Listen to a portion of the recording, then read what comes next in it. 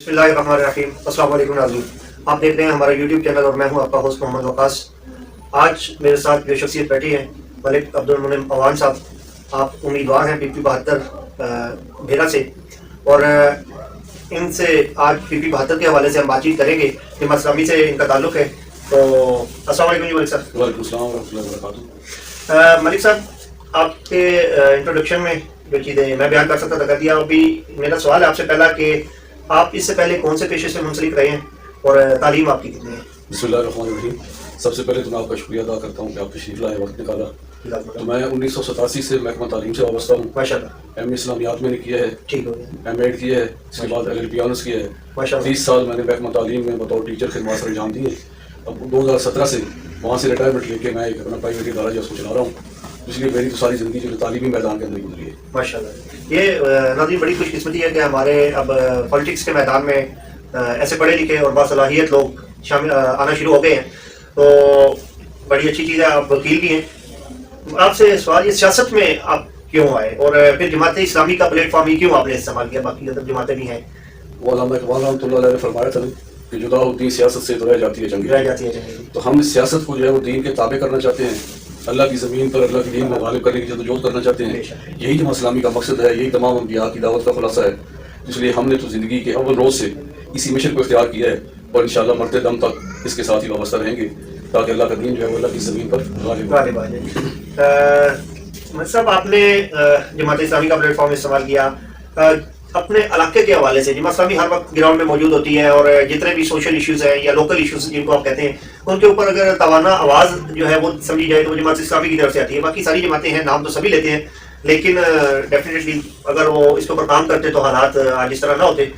आपके इलाके के कोई से 3 बड़े मसाइल जो आप कहते हैं कि यार ये जो चीज़ है ना, इनकी वजह से मैं जमात इस्लामी की तरफ से इलेक्शन में कॉन्टेस्ट करने के लिए आया हूँ। देखिए, मेरा बुनियादी तौर पर एक ज़मींदार ख़ानदान के साथ ताल्लुक़ है, तो इस वक्त हमारा ज़मींदार तबका जो है वो बिल्कुल एक पस्ती से 2-4 है। बेशक पाकिस्तान ज़लील मुल्क होने के बावजूद इस वक्त आप देख रहे हैं कि यहाँ आटे की लाइनें लगी हुई हैं, लोग आटे के लिए अपनी जानें कुर्बान कर रहे हैं। इसलिए मैं ये समझता हूँ कि हमारा ये सबसे आम मसला है। हमारी हुकूमतों को ज़राअत पर तवज्जो देनी चाहिए और मैं इंशाअल्लाह कामयाब होने के बाद इस शोबे को बतौर ख़ास इस पर तवज्जो दूंगा। और मैं ये चाहता हूँ कि ज़मींदार को खाद, बीज, पेस्टिसाइड्स, ये सारी चीज़ें फ्री ऑफ कॉस्ट मिलें या कम से कम मिले, उसको लोन पे मिले, बिला सूद लोन, बगैर सूद के कर्जे पर मिले। फिर जब ज़मींदार अपनी फसल उठाए तो उसकी अदायगी कर दे, उसकी कीमतें पे कर दे। दूसरा, चूँकि मेरा ताल्लुक महकमा तालीम के साथ है, तो हमारे स्कूलों के जो मसाइल हैं वो मैं समझता हूँ कि मुझसे ज़्यादा कोई बेहतर उम्मीदवार उसको नहीं जानता। जो टीचर की हैसियत से मैंने 30 साल काम किया है, टीचर्स को जो मसाइल हैं तो उनसे भी मैं बखूबी आगाह हूँ। तालीम हमारी दूसरी तरजीह होगी इंशाअल्लाह अज़ीज़। तो उसके अंदर जो टीचर्स के हमारे स्कूलों में स्टाफ की कमी है, फैसिलिटीज़ की कमी है और जो गवर्नमेंट स्कूल पर इस पर लोगों का एतमाद उठ गया, हम उसको इंशाअल्लाह बहाल करेंगे। और तीसरा हमारा सबसे बड़ा मसला है अमन और अमान का, कि कोई बंदा जब घर से निकलता है तो जब तक वो वापस घर नहीं पहुंच जाता, घर वाले उसकी वापसी के लिए परेशान होते हैं, दुआएं कर रहे होते हैं। तो हम ये भी चाहते हैं कि लॉ एंड ऑर्डर की सूरत हाल जो है उसको बेहतर किया जाए, लोग सिक्योरिटी फील करें, लोग अपने घरों के अंदर भी और घर से बाहर निकलते हुए भी बड़े इत्मीनान से और बेखौफ व खतर अपनी जो है वो सरगर्मियाँ अदा कर सकें।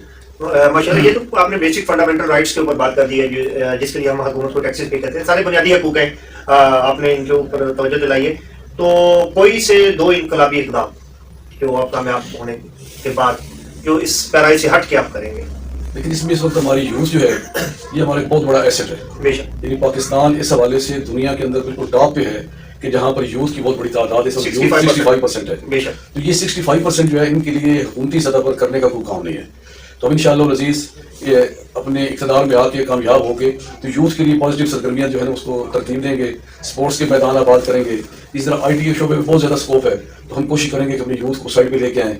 जो बेरारवी का शिकार यूथ है उनको हम जो है सीधे रास्ते पर इंशाअल्लाह लाएंगे, उनको हकूक़ देंगे, उनको सहूलियात देंगे, उनको इज्जत देंगे।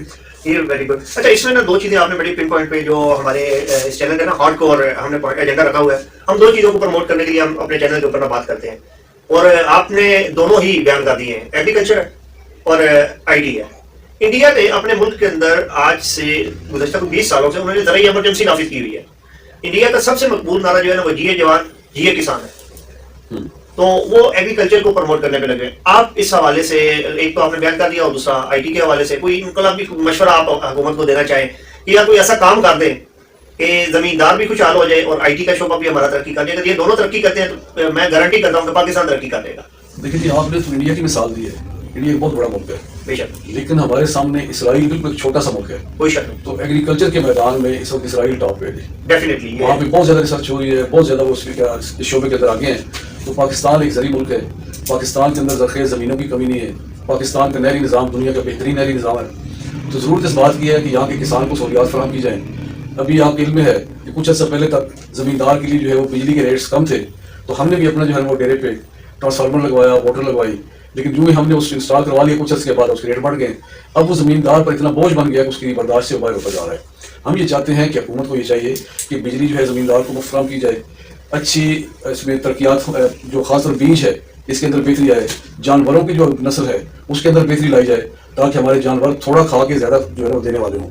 تو زراعت کے شعبے میں اتنا بڑا سکوپ ہے کہ ہم پوری دنیا کو خوراک سپلائی کر سکتے ہیں, جبکہ آج ہم خود خوراک کے لیے وہ ترس رہے ہیں. دوسری آپ نے بات کی آئی ٹی کی, تو اس وقت آئی ٹی کا شعبہ جو ہے اس کے اندر بڑی وسعت ہے, اور ہمارے سامنے تو اس وقت ماڈل کراچی کا ہے. کراچی جو حافظ نعیم الرحمان صاحب ایک بڑے پیمانے پہ بنو قابل کے نام سے کام شروع کیا ہے, اور ان کا یہ ماٹو ہے کہ ہم کراچی کے پوری آبادی نوجوان جتنے بھی ہیں مرد و خواتین کو ہم اس کے اندر قابل بنائیں گے, وہ اپنے گھر بیٹھ کے اپنا روزگار کریں گے. وہ ماڈل ہمارے سامنے موجود ہے, اور انشاءاللہ اس کو سامنے رکھتے ہوئے ہم اپنے علاقے میں بھی اس طرح کی جو ہے سرگرمیاں ان کو فروغ دیں گے. اس کے علاوہ خدمت کے میدان میں یعنی جماعت اسلامی کا نام جو ہے وہ کسی تعارف کا محتاج نہیں ہے. میرا تعلق چونکہ اسکول سے تعلیم سے ہے, ہم نے اپنے اسکول کے اندر بھی یہ بالکل اعلان کر رکھا ہے کہ اس علاقے کے جتنے یتیم بچے ہیں ان کو ہم مفت تعلیم دیں گے, ان سے کوئی فیس نہیں لیں گے. اس طرح خدمت بڑے پیمانے پر یتیم بچوں کی کفالت کا شعبہ ہے اس کو کر رہی ہے. اور ہیلتھ کے میدان کے اندر یہاں میانی میں ہم نے سیدہ فاطمہ الزہرا ہاسپٹل الخدمت کے زیر اہتمام چلا رہے ہیں. ہمارے دوست ہیں ملک الیاس صاحب جنہوں نے ڈونیٹ کیا ہے, تو وہاں پہ ایک طرح سے مفتی سہولت فراہم کی جا رہی ہے, اور آنے والے دنوں میں انشاءاللہ العزیز ہم اس کو مزید بہتر کریں گے. بیرا کے اندر بھی ہمارا خدمت ہاسپٹل کام کر رہا ہے, جہاں پہ ای این ٹی اسپیشلسٹ آتے ہیں, گائنی اسپیشلسٹ ہیں, آرتھوپیڈک سرجن وہاں پہ موجود ہیں. اور اس طرح ایک اور بیرا کے اندر ہمارا آغوش سینٹر بھی انشاءاللہ بننے جا رہا ہے, جس کے ہمارا زیر تعمیر ہے, جہاں یتیم بچوں کو کریڈٹ کالج کی طرز پر تعلیم فراہم کی جائے گی. اچھا ماشاءاللہ ملک صاحب, ہمارے ملک میں نا دو میجر پینکس ہیں, یہ سیکنڈ لاسٹ کویسچن ہے, اس کے بعد ایک کویسچن آپ سے ہوتے ہیں. دو میجر پینک آئے ہیں 5 سالوں میں, ایک کرونا کا اور دوسرا سیلاب کا. اس دوران آپ نے کون سی, ہمارے علاقے میں کیونکہ کرونا کا ہی تھا, سیلاب کو تو اللہ تعالیٰ نے ہمیں اس سے بچائے رکھا, تو جماعت اسلامی نے یا آپ نے اس کے اندر کیا پارٹیسپیٹ کیا؟ جی اللہ کا شکر ہے کہ کرونا کے دنوں میں ہم نے ایک تو جب روزگار لوگوں کے بند ہو گئے تھے, مارکیٹیں بازار بند تھی, لوگوں کے لیے روزگار کے دروازے بند ہو گئے تھے, تو ہم نے بڑے پیمانے تک لوگوں کی عزت نفس کا خیال رکھتے ہوئے ان کے گھروں تک راشن پہنچایا. پھر سینیٹیشن کے حوالے سے ہم نے پورے علاقے کے اندر مساجد اور بازاروں کے اندر ہم نے سپرے کروائے, وہ سہولیات ہم نے فراہم کی. پھر ہم نے فنڈز اکٹھے کیے لوگوں کی جو جس طرح ضرورت مند لوگ تھے ان کی ضرورتوں کو پورا کرنے کے لیے. تو سیلاب کا آپ نے کہا کہ ہمارے علاقے میں سیلاب نہیں آیا, تو اس پہ اللہ کا شکر ادا کرتے ہیں, لیکن ہم اس کو بھولے نہیں ہیں. ہم نے یہاں پہ کیمپ لگائے, گھروں کے اندر گئے, وہاں پہ جا کے لوگوں کے دروازوں پر دستک دی, ان سے فنڈز لیے. میانی شہر کے اندر ہم نے کیمپ لگایا, وہاں ہم نے تقریباً 37 لاکھ روپے اکٹھے کر کے وہ سیلاب زدہ لوگوں کی خدمت کے لیے روانہ کیے. اور الحمدللہ یہ بھی الخدمت کا اعزاز ہے کہ لوگ الخدمت پر ان سرگرمیوں کے اندر سب سے زیادہ اعتماد کرتے ہیں. اور ان دو جو پینکس کے ڈیوریشن تھے, اس کے اندر پوری دنیا کے اندر الخدمت کی اور جماعت اسلامی کی خدمات کا اس کا اعتراف کیا گیا ہے, تسلیم کیا گیا ہے. اور اب تو الحمدللہ ترکی کے اندر زلزلہ ہے, تو وہاں بھی الخدمت مصروف عمل ہے. تو یہ اللہ کی توفیق ہے, اور یہ ہماری قیادت کا ویژن ہے کہ انہوں نے جو ہے اس کام کو بڑے پیمانے پہ شروع کیا ہے. اچھا میں اسی کو کنٹینیو کروں گا کہ خدمت کی خدمت مثال پورے ورلڈ میں, بلکہ پاکستان کی پہچان بن گیا خدمت. اور سیلاب کرونا دونوں کے درمیان یہ کوئی ڈھکی چھپی بات نہیں ہے ماشاءاللہ. اس کے علاوہ لوگوں کا پیسے دینے کے حوالے سے بھی بڑا اعتماد جماعت اسلامی پہ. ابھی ریسنٹلی بلوال میں ایک پروگرام ہوا تھا, اس کو میں نے کور کیا تھا, وہاں پہ غالباً 1,64,00,000 روپیہ ڈونر کانفرنس میں آیا. بلکہ ایک یہ میانی کی کوئی آپ سائٹ, یہاں کی بھی سائٹ, انہوں نے 50 لاکھ کا گھر دے دیا. ویسے بڑی حیرانگی نہیں ہوتی, میں تو بڑی امبیرسمنٹ فیل کرتا ہوں کہ اتنی پیمانے پہ لوگ آپ کو نوٹس تو دے دیتے ہیں, پیسے دے دیتے ہیں, ووٹ کیوں نہیں دیتے؟ جماعت اسلامی کو اکثر ووٹ نہیں ملتا. یہ میں نے آخر پہ سوال کے رکھا تھا یہ سوال کہ جماعت اسلامی کو لوگ ووٹ کیوں نہیں دیتے؟ اس کا جواب تھوڑا سا تفصیل طلب ہے. ایک تو یہ کہ ہمارا یہ سوال کون سے بنتا ہے کہ قوم ہمیں ووٹ کیوں دیتے ہیں, جب ہم خدمات کے اندر سب سے آگے ہیں, ڈلیور کرنے کے اندر ہم سب سے آگے ہیں, تو ہمارا یہ سوال کون سے بنتا ہے. یہی سوال چند دن پہلے ہمارے جماعت اسلامی کے امیر سعید لاکھ صاحب سے کسی اینکر نے کیا, تو انہوں نے بھی اس کا بڑا خوبصورت جواب دیا تھا. انہوں نے کہا تھا کہ لوگ جو ہے وہ پیسوں کو تو قیمتی سمجھتے ہیں, بے شک ان کی اہمیت پیسوں کی اور کرنسی کی اور اس طرح چیزوں کی ان کے نزدیک اہمیت ہے, تو وہ یہ سمجھتے ہیں کہ یہ دیانتدار ہاتھوں میں جانی چاہیے. تو ووٹ کی وہ اہمیت نہیں سمجھتے, تو قوم کو اس ووٹ کی اہمیت جو ہے اس کا احساس دلانے کی بھی ضرورت ہے. تو جب یہ احساس پیدا ہوگا, لوگوں کے اندر یہ شعور اجاگر ہوگا کہ ہمارے ووٹ کے نتیجے کے اندر یہاں حکومتیں بنیں گی, यहाँ खिदमत के मैदान के अंदर काम होगा, जो खादिम लोग हैं, खादिम खल्क लोग हैं, और भी एक मकूला भी है ना कि सैयदुल कौम खादिम हो, कौम का जो सरबराह होता है वो कौम का खादिम होता है। तो हमारे सामने तो खुलफाए राशिदीन की मिसाल मौजूद है कि उन्होंने खिदमत की। तो जब कौम इस वोट की अहमियत को महसूस करेगी तो इंशाल्लाह वो कौम जमात इस्लामी को वोट भी देगी।